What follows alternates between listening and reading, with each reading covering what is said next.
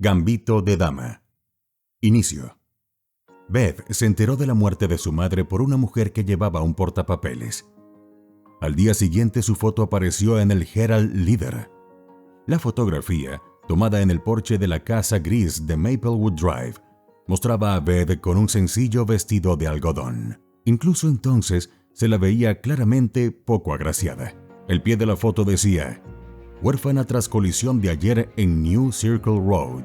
Elizabeth Harmon se enfrenta a un futuro problemático. Elizabeth, de 8 años, se quedó sin familia tras el accidente, donde murieron 2 personas y resultaron heridas otras. Sola en casa en ese momento, Elizabeth se enteró del accidente poco antes de que se tomara la foto.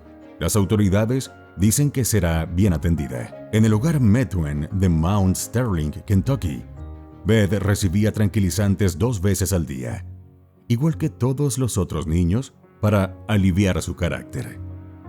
El carácter de Beth era bueno, pero se alegraba de recibir la pequeña píldora.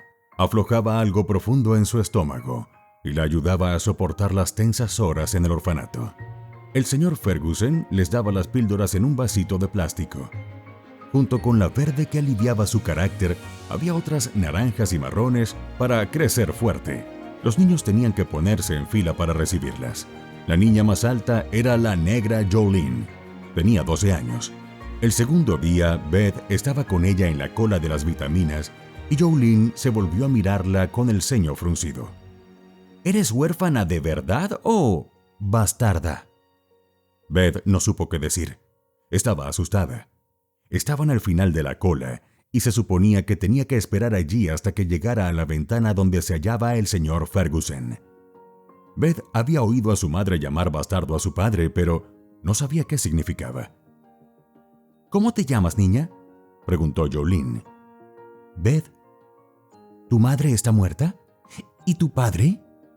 Beth se la quedó mirando. Las palabras madre y muerta eran insoportables. Quiso huir, pero no había ningún sitio a donde hacerlo. ¿Tus padres?, dijo Jolene con un tono que no carecía de compasión. ¿Están muertos? Beth no pudo encontrar nada que decir o hacer. Permaneció aterrorizada en la cola esperando las píldoras. ¡Son todas unas chupapollas ansiosas! Era Ralph en el pabellón de los chicos quien gritaba eso. Ella lo oyó porque estaba en la biblioteca, donde había una ventana que daba a ese pabellón.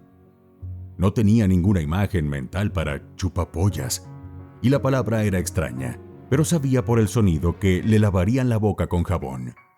Se lo habían hecho a ella por decir joder, aunque su madre decía joder todo el tiempo. El barbero la hizo sentarse absolutamente quieta en la silla. «Si te mueves, puedes perder la oreja». No había nada jovial en su voz. Beth permaneció lo más quieta que pudo, pero era imposible permanecer completamente inmóvil. Tardó mucho tiempo en cortarle el pelo y darle el flequillo que llevaban todas. Trató de entretenerse pensando en aquella palabra, chupapollas. Lo único que podía imaginar era un pájaro, como el pájaro carpintero. Pero le parecía que no era eso. El bedel era más gordo por un lado que por el otro. Se llamaba Scheibel, señor Scheibel. Un día enviaron a Beth al sótano a limpiar los borradores golpeándolos entre sí y se lo encontró sentado en un taburete de metal cerca de la caldera contemplando con el ceño fruncido un tablero de damas de cuadros blancos y verdes que tenía delante. Pero donde deberían estar las damas, había figuritas de plástico de formas curiosas. Algunas eran más grandes que otras. Había más de las pequeñas que de las demás. El bedel alzó la cabeza y la miró. Ella se marchó en silencio. El viernes todo el mundo comía pescado, fuera católico o no. Venía cortado en cuadritos, empanado con una corteza oscura, marrón y seca con densa salsa de naranja como aderezo francés embotellado.